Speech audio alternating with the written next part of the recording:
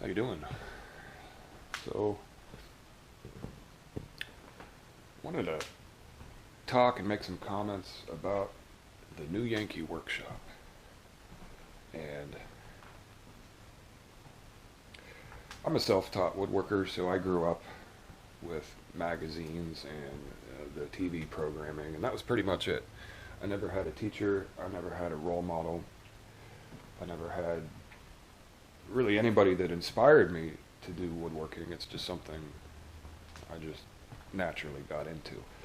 So I watched the new Yankee workshop quite a bit, but I have to say it wasn't my favorite program, and I just want to talk about some things I didn't like about it and some things I do like about it and other programs, and maybe stimulate the listening audience for their feedback and their opinions.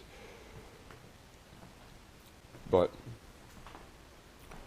I see the new Yankee workshop get mentioned on YouTube videos from time to time. I don't actually spend a lot of time looking at other people's woodworking channels. I have other interests outside of woodworking, but every now and then I'll venture out and see what's popular, see what's trending. And I like to read the comments that people have.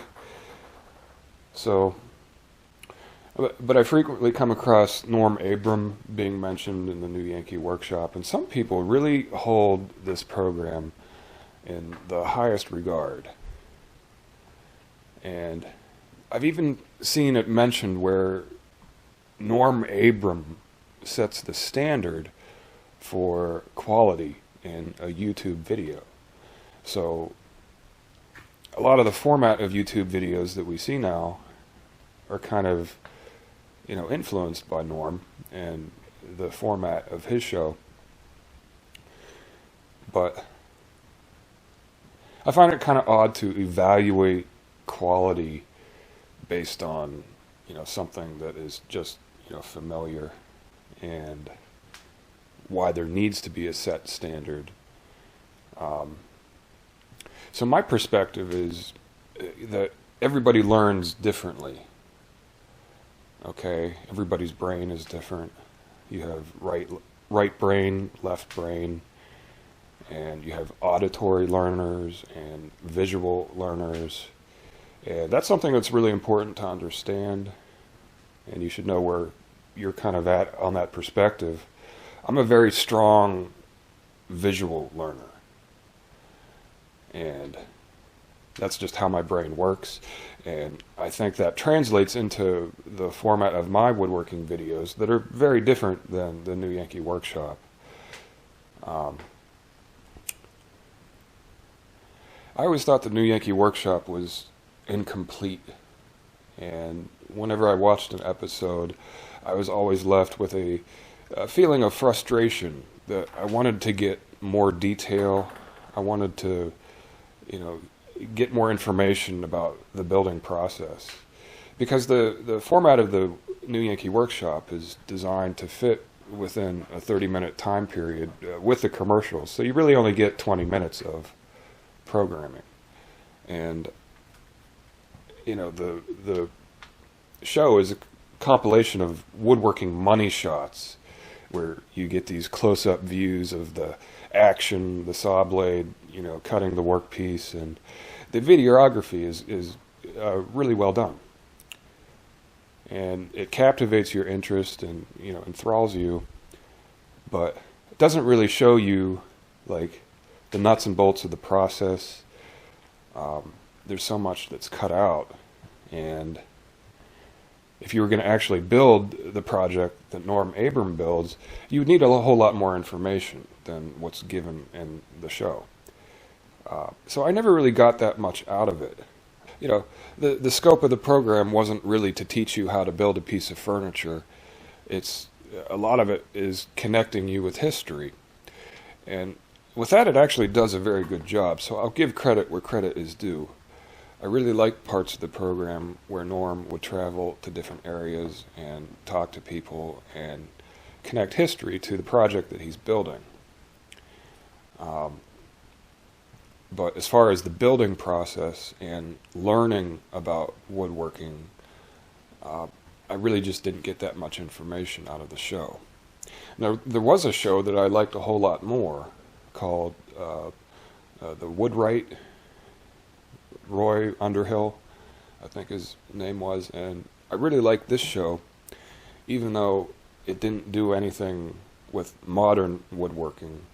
But there were a few things that were strikingly different about the Woodwright woodworking show.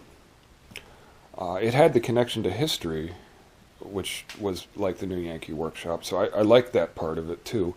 But the Woodwright often made mistakes, and he wasn't trying to sell a brand name of tools. He's using vintage tools, antique tools, and well, you can't put a brand on that. So the marketing interests that were on the Woodwright show were different than the new Yankee workshop.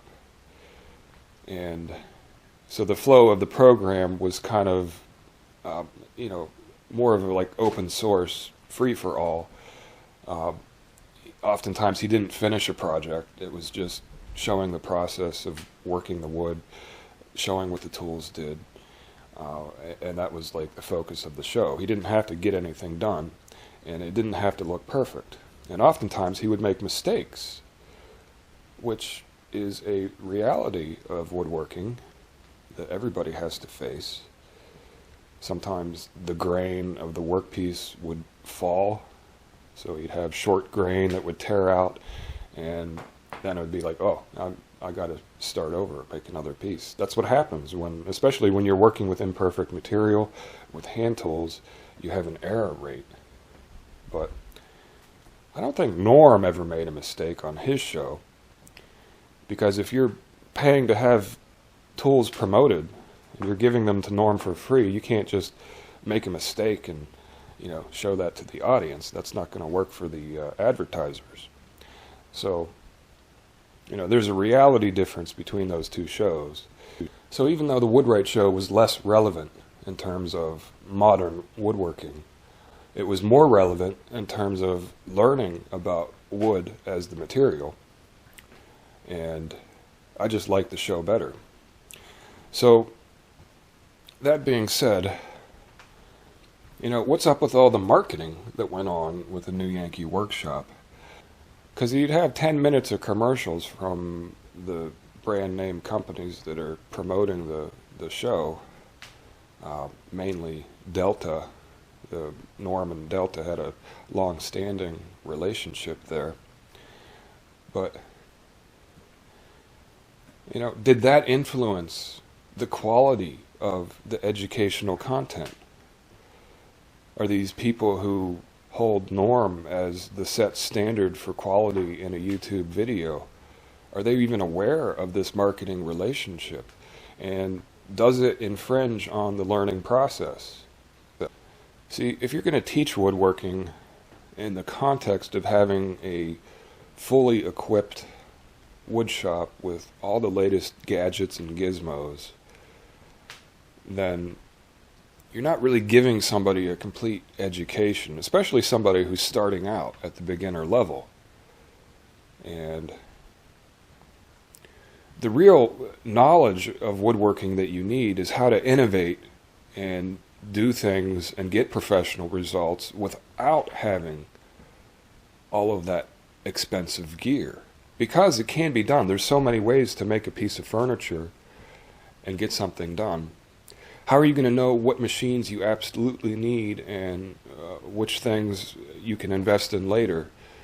You're never going to get that from Norm's show. You're just going to get to see, the professional results happen from all these brand name tools that are being promoted. So you're not going to have the inclination to think that you can do any of this stuff without those tools. So the relationship that exists there, it really facilitates selling tools and selling these brands. And in my opinion, that's just not the way to go about getting an education. That's not what I would call a quality education. I wouldn't even call it woodworking. It's just like a commercial for tools.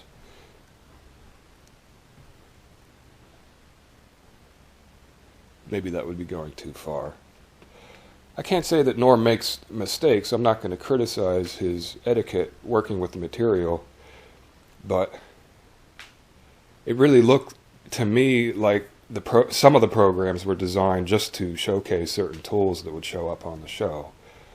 And if that's the case, then, what is the new Yankee workshop? What is the Yankee ingenuity that's taking place here? I just don't get this level of idolization that takes place. It's not just with Norm. I think with Norm, there's a connection to nostalgia. A lot of people just were watching the show at a time period when the internet didn't exist, and that's just their connection with woodworking. So this is the 6x108 oscillating edge sander made by Delta. This is my only Delta machine, and I love this machine. I wish I bought it a long time before I did, but at the time I'd already bought several Grizzly machines. I bought the 20-inch planer, the bandsaw, table saw, joiner, and dust collector. And I haven't had any major problems with machines, but Grizzly sold a very similar model, and I just wanted to see if Delta was different in terms of quality, fit, and finish. So I tried a Delta machine, and I paid a few $100 more, but I was very disappointed. Essentially, it's the same exact machine that Grizzly sells, but with a little bit better quality powder coating and a different color. I actually spent a considerable amount of time filing the edges of the castings to get them to fit. There were some burrs that were sharp. So in terms of quality, it was pretty much the same as the Grizzly machines, just a different color, and I paid $300 more. Thanks, Norm. But really, what's branding these days when machines from different catalogs look exactly the same? Because they are exactly the same. They use the same castings that are imported from China or Taiwan. It's the same engineering, the same technology, but you'll pay more for brand A than brand B because you got something stuck in your head, and that's just basically what branding is. So maybe in the 1960s, Delta had its own casting factory, and their technology was different, but it's just not the way it works anymore. So, Norm Abram did a great job helping move jobs overseas. So if you want to talk about him as being, the epitome of craftsmanship, then, well, okay. He goes with the flow of money. Joe, do you know what it takes to be a master craftsman? You just have to make a big shitload of money, is that it? I'm learning. So, if there is no right or wrong way to make a piece of furniture, then it doesn't make sense that there should be some set standard for making an educational video about woodworking if everybody learns differently and in different ways. If your mindset is that the set standard is needed, then it's only going to make it more difficult to innovate new ways of doing the learning process and new ways of making videos. So that's my opinion today. Here's some Yankee ingenuity right here. Made this yesterday. It's a mount for my tape gun holder, so I can do it one hand instead of holding it and then using both hands. So I don't have to pick this thing up and put it down 100 times when I'm doing my packages. Makes it a lot quicker.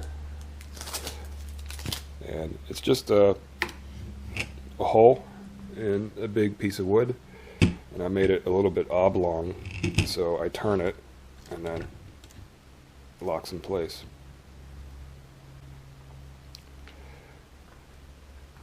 I'd also like to take a moment to talk about shop safety. Be sure to read, understand, and follow all the safety rules that come with your power tools. But remember this, there is no more important safety rule than to wear these safety glasses.